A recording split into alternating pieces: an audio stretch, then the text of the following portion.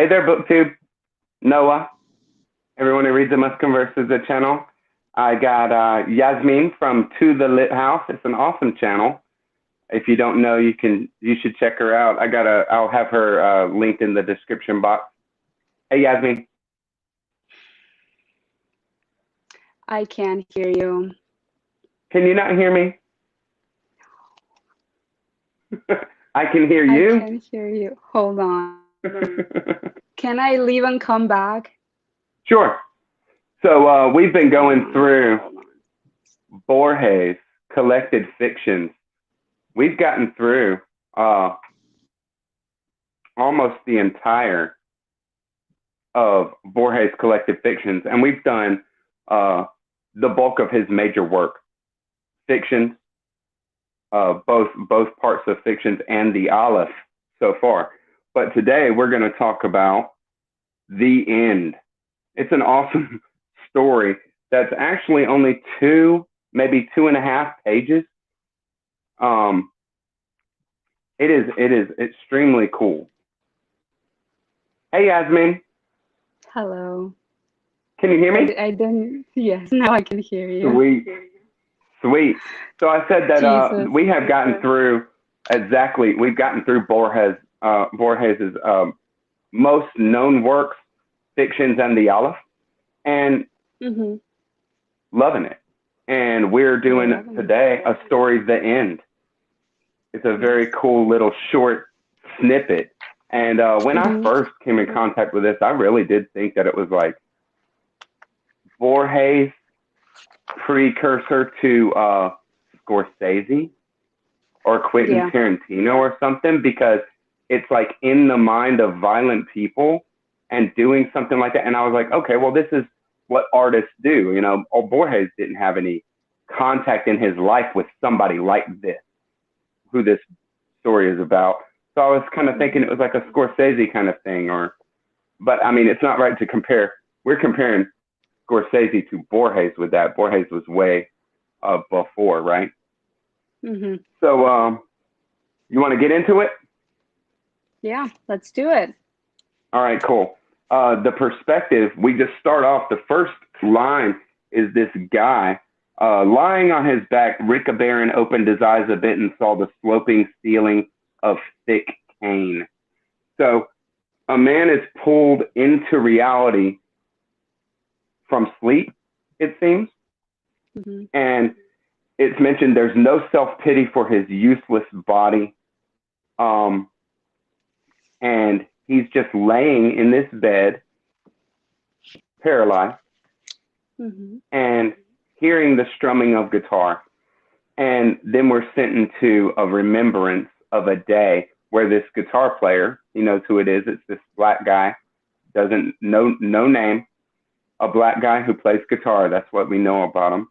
And he remembers a day before where he had this, what'd you call it? You said there was a name for this kind of musicians battle. Oh, yeah. So it's called a Pashada. That's spelled Payada. And it's sort of this duel in which people improvise what they're singing and they play the guitar. Right. And so he loses it, though. The black guy loses the battle. He's not a very good singer, as it turns out. But he loses the battle, but he sticks around, and he's coming around every night. And so, and he plays guitar, but he doesn't sing, it says. And this guy will always remember that night. The guy that's in the back room laying there paralyzed, he'll always remember that night, because the next day he had seemingly, at random, just a freak act where his body, his right side went paralyzed and he could no longer talk. I took that to mean that he had a stroke, or a brain aneurysm, something like that. People die from that stuff. A stroke is the better of how that kind of thing works out. So he's in the back, but he has no pity for his body, for his useless body, it says. He's the owner of the general store and bar. That's the setting that we're in. And he has only his eye and his left hand that he can that he has any control over. Do you want to add anything to that part? No, I think you just covered everything. Kind of the beginning there. He rings the bell, the boy comes in and stuff like that. But the guitar player, it said that he keeps coming around as if he's waiting. And as the guy in the back is looking out his window, looking at the moon, he sees a what I would call a cowboy, and you said that it is called a gaucho. Is that correct? Mm-hmm. Yeah, a gaucho, and it's like a South American cowboy. We would describe it as. Nice.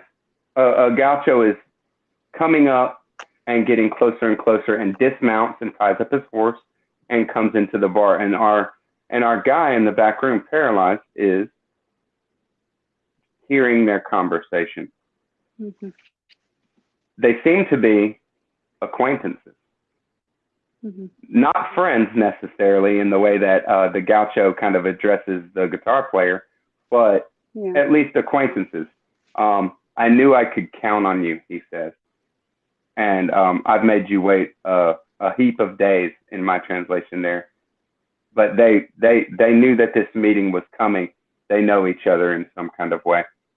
And they keep talking, and there's some subtext to their conversation that leads to that they have some unfinished business. And the guitar player is said by the gaucho to be eager to get to what's coming, and the gaucho is kind of resigned to the fate of, like, this is just the next step. It's beautiful how Borges writes it, because fate would have it that I kill, and now it has put a knife in my hand again. That's the words of the gaucho there. Fall's coming on, says the black man, as though he hadn't heard, and the days are getting shorter. And the other man replies, the light that is left will be enough for me. And they walk out back. Leave the guitar alone now. You've got another kind of contest to try to win today. And they walk outside, and they have a knife fight. So they're gearing up for it. And then we have this part, and this, when I first read it, it didn't mean anything to me because I didn't know. But this is where the kind of feeling changes in this story. One thing I want to ask you before we get down to it, I want you to put all of your courage and all of your skill into this, like you did 7 years ago when you killed my brother. For perhaps the first time in their exchange, Martin Fierro heard the hatred. His blood felt it like a sharp prod. They circled, clashed, and sharp steel marked the black man's face. So the guitar player is successful in taking out this guy, and I just thought, well, there's a violent story for violent people.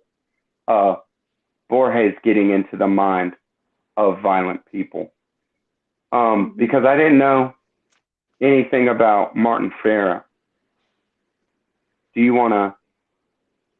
I do. Yes. Share? So yeah. So what you said was cool, that, and the story sort of opens with, I want to say this first before the Martin Fierro thing. It opens with a description of the setting, and it all feels calm, and then the tension begins to get, starts to rise, and then after the duel, we kind of get this serene description of the landscape again. So I thought that was interesting in the story. And about Martin Fierro, so yeah, Martin Fierro is an epic poem by this Argentinian writer called Jose Hernandez. And it's a poem divided in two parts. The first one is the Gaucho Martín Fierro, and it was published in 1872. I wrote it down. And then the second one is The Return of Martín Fierro, and that was published in 1879. And the poem basically follows the Martín Fierro, the main character, who's a gaucho, and he's sort of purposeless and isn't really sure what he's doing with his life, but he's a very aggressive person. And in the first part of the poem, he encounters this woman at a bar and kills the person that she's with. And this is a black man. That's how he's described. And then in the second part of the poem, towards the end, Martín Fierro has one of these singing duels that we said, a Pashada, with a black man. And then we learn that that man is the first man's brother, the younger brother of the man he killed. Nice. So in this story, we sort of see Borges taking that and sort of providing an ending to that story, concluding that story. Right. Gives a great context for the title, because I just thought, well, the end, just a title meaning, the death of somebody or something. But this is actually Borges appropriating a poem, an epic poem, and giving an ending to the main character of that epic poem, Martin Fierro. Mm-hmm. Yeah? Yeah. So one of the things that you, go ahead. Oh, I was just going to say that I love how, and I just thought of this when you said that, I love how the end could mean so many things within the story. So the end of the poem Martín Fierro, because he's concluding that, but also the end of the character who dies in the story. But it's also the end of the man with the guitar and his purpose. Because towards the end, do you want to read those last couple lines? Because I can't. I don't Go know ahead. The version in English. You want me to do it? Yeah. Sure. Because I hate that it's fantastic. Okay. They came together, or then came another thrust, which the storekeeper, the guy that's paralyzed looking out the window, which the storekeeper couldn't see. And Fierro did not get up. Unmoving, the black man seemed to stand watch over the agonizing death. He wiped off the bloody knife in the grass and walked slowly back towards the houses, never looking back. His work of vengeance was done. He was nobody now. Or rather, he was the other one.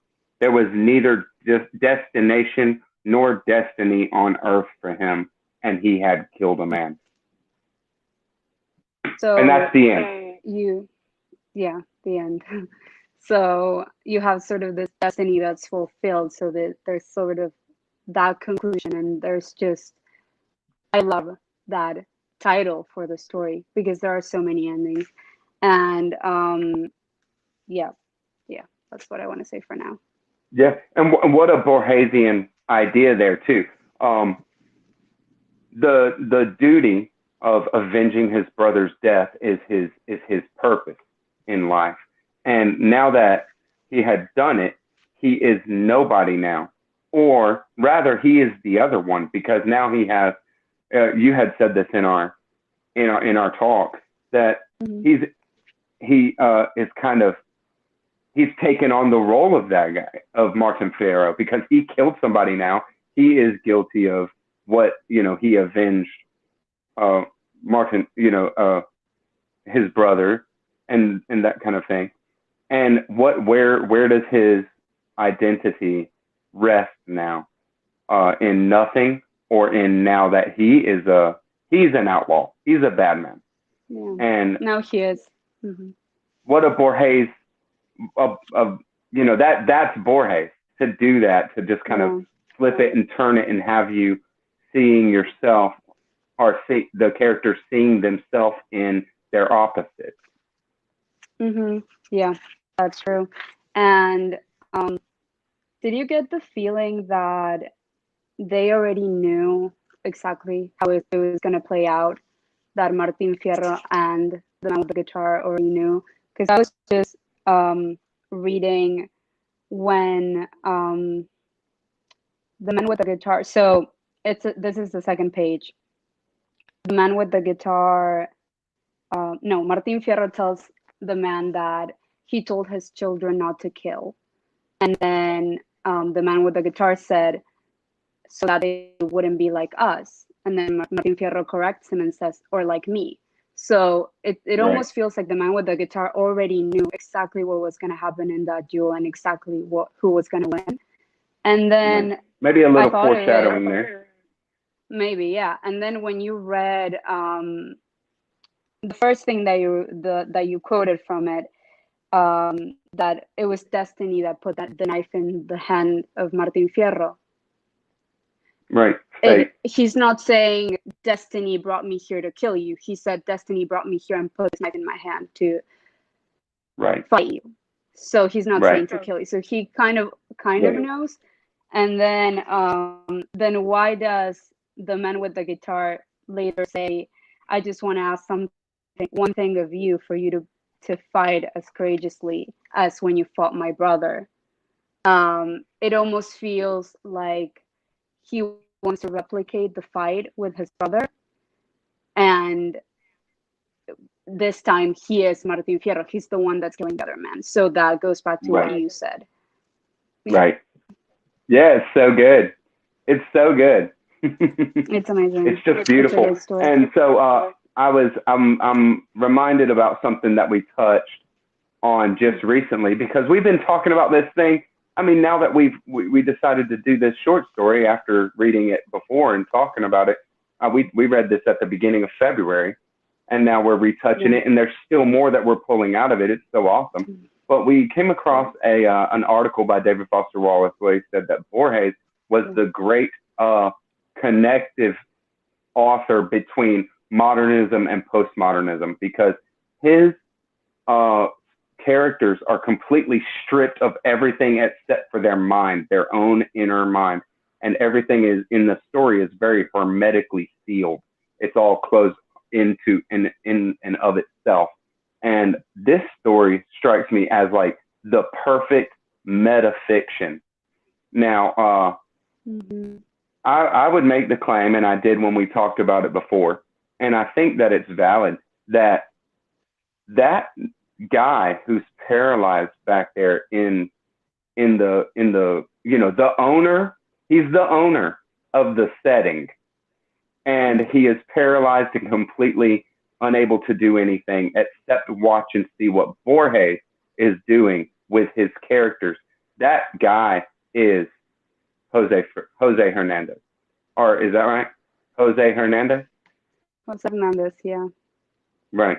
I think that Borges is actually showing the constructive tissue that has gone into building this story, and it's just so amazing that he does it like that. And it's just he doesn't play it too hard. It's just right there, and it's so satisfying. And you can see, I mean, like I said with Ami last night when we were talking about The Secret Miracle, you can see just like a smirk on Borges' face as he's composing these words. He's loving it. It's really great, and it's such a joy to read. It's mind-blowing stuff, and I think that even with 3 pages max, that's how long this is. 3 pages max. There's layers and layers to be peeled away. That is absolutely true. We keep finding I really enjoyed this. Right, there's more and more. I really enjoyed this read through, Yasmin. We're gonna do some more, for sure. We'll just take them as we want. Just do the stories that we love. We wanted to take one that was kind of lighter this time. Yes. Because there's some heavy stuff in here. But is there anything you want to add before we wrap this up, Yasmin? No, I think that was all. Very cool. Thank you. Okay. Bye-bye, folks.